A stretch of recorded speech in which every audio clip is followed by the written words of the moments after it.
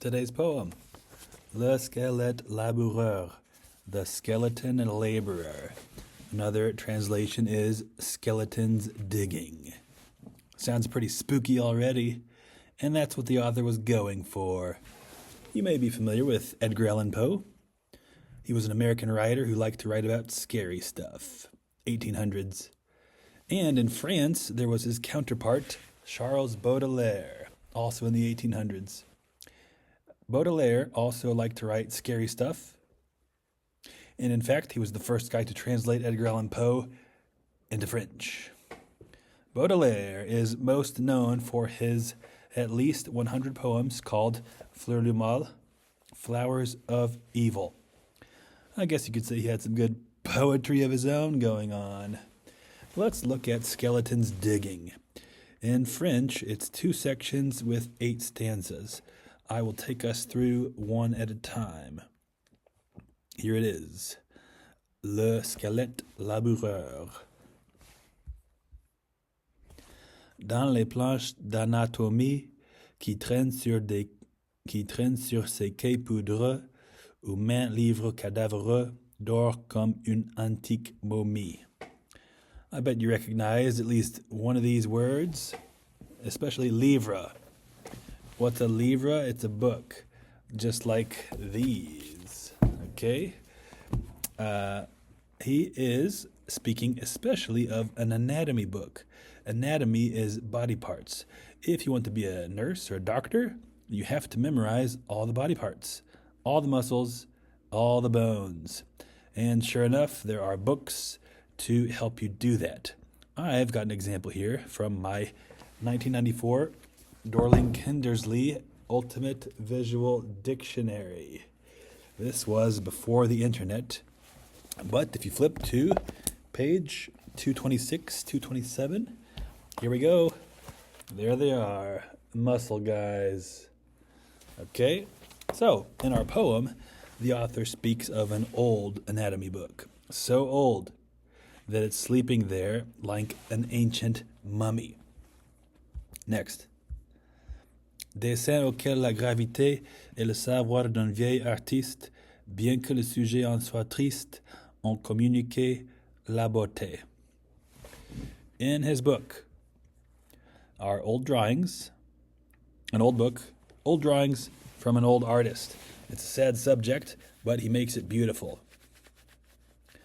On voit ce qui rend plus complète ces mystérieuses horreurs, bêchant comme des laboureurs, des écorchés et des squelettes. We see mysterious horrors in this book. Somebody, in the pages he's looking at, is digging. But it doesn't look like normal men digging.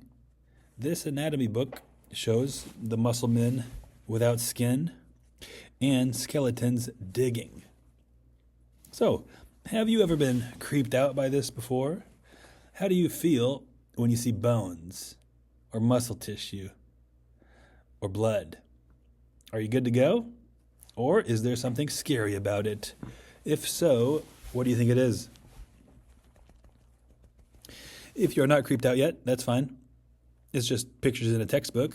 What could be scary about that? Oh, but Baudelaire wants to scare you. Here it comes. Part 2.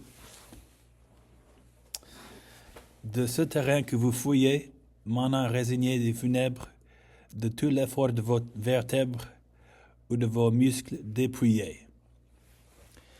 The author starts to talk to the skeletons. What you digging there?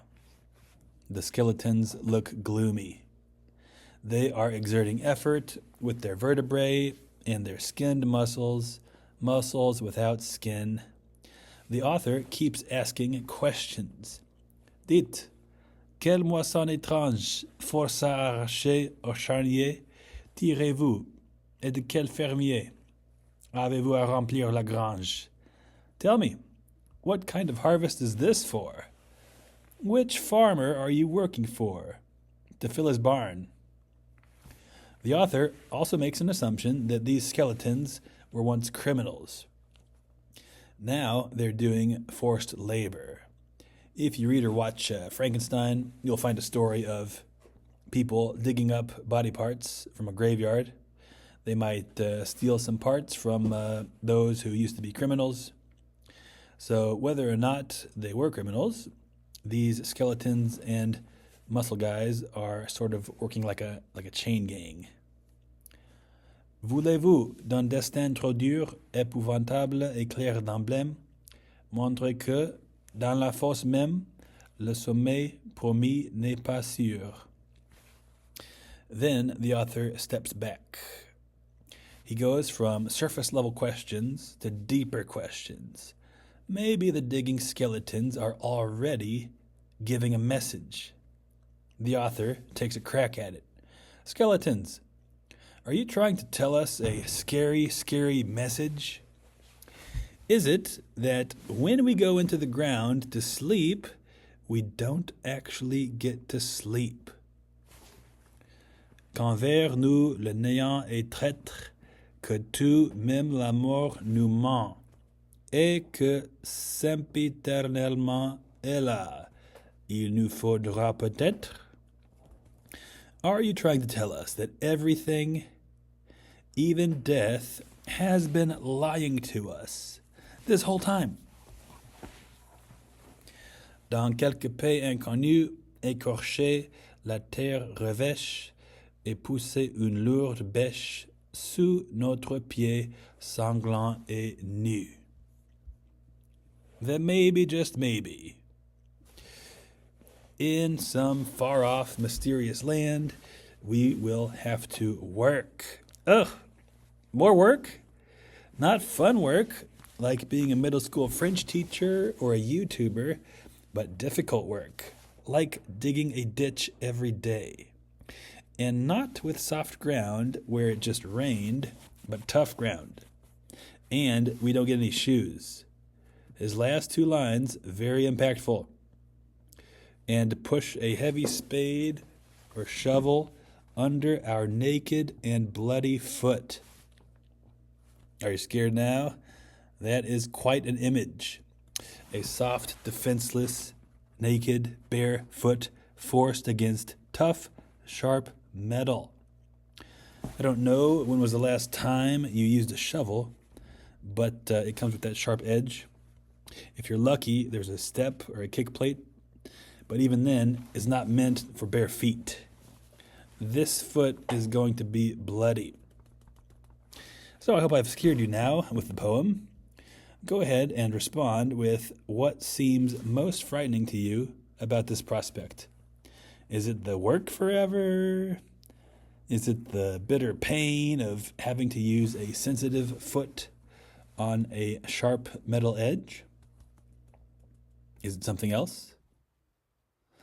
For the foot, I actually invented a word for the feeling when someone or something touches the exposed tendon or ligament of your sole, like the sole of your foot. I called it coopy, C-O-O-P-E-Y, coopy. I shared this word with my friends in math class upstairs about 26 years ago. Coopy, a coopy foot on a metal spade, metal shovel. I wouldn't wish that on anyone. Nor, I suspect, does Charles Baudelaire. So, what does he do about it? Is there an escape? Let's dig deep here, y'all.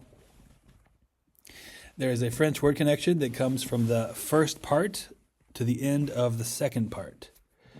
So in the first part, he uses a strange word, des écorchés, the skinned guys.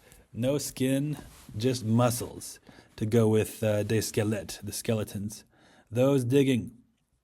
And that same word, écorché, shows up again in the end when he describes our possible future job.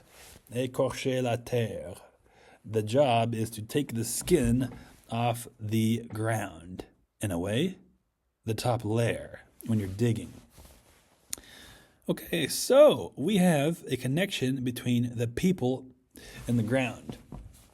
Both have had or are having their outer layer skinned off.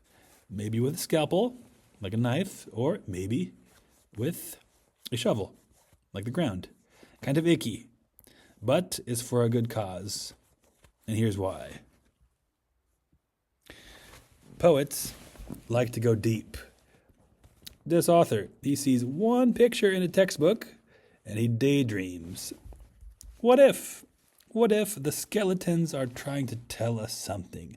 What if we have to keep digging? He's not going to be happy to just deal with the surface level.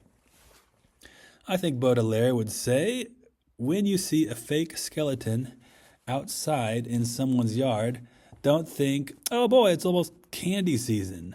No. Instead, go deeper than that. Ask yourself, what season am I in? How long will it last? All of us are workers our whole lives. What farmer are we working for? What barn are we trying to fill? Is escaping work ever the right move? Is it possible? Or is there a way to work that doesn't leave us all stripped and vulnerable in the end? Is there some way to at least keep our skin? That's deep, y'all. I hope you weren't expecting shallow. Thank you for joining me for Le Squelette, laboureur by Charles Baudelaire. A plus.